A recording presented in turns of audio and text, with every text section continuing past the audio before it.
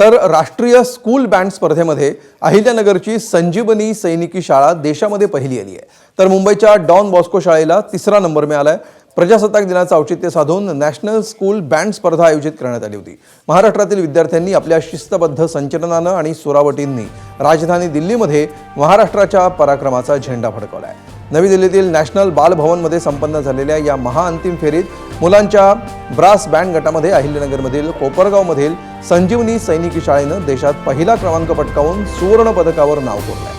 तर मुलींच्या brass band गटामध्ये मुंबईच्या डॉन बॉस्को हायस्कूलनं राष्ट्रीय स्तरावर तृतीय क्रमांक प्राप्त करत राज्याचा गौरव वाढवला।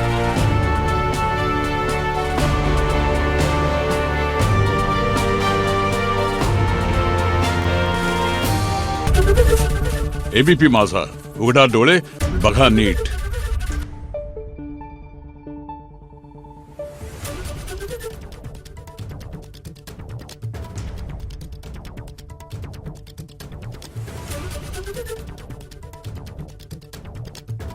Thank you.